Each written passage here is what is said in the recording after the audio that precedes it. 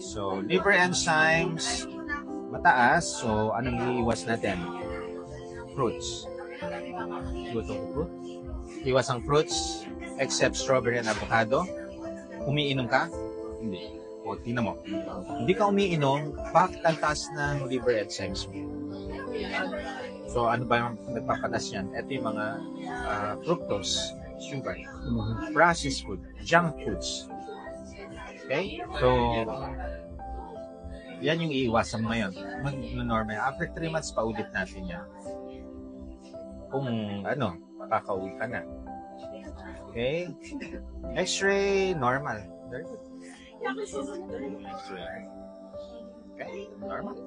That's it. So, ang babaguhin mo lang, yung real foods ang kakain mo. Egg, fish, chicken, pork, beef, vegetable.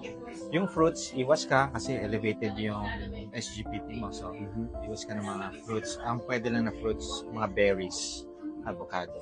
Yun lang. Berries, avocado, lahat ng berries. Kaya, kasi pagka hindi mo ma-address yung yung liver enzymes, patas ng patas yan. From mild fatty liver, moderate, severe liver cirrhosis. Kaya yung iba, pagdating ng mga 50, 60, doon nila nakikita na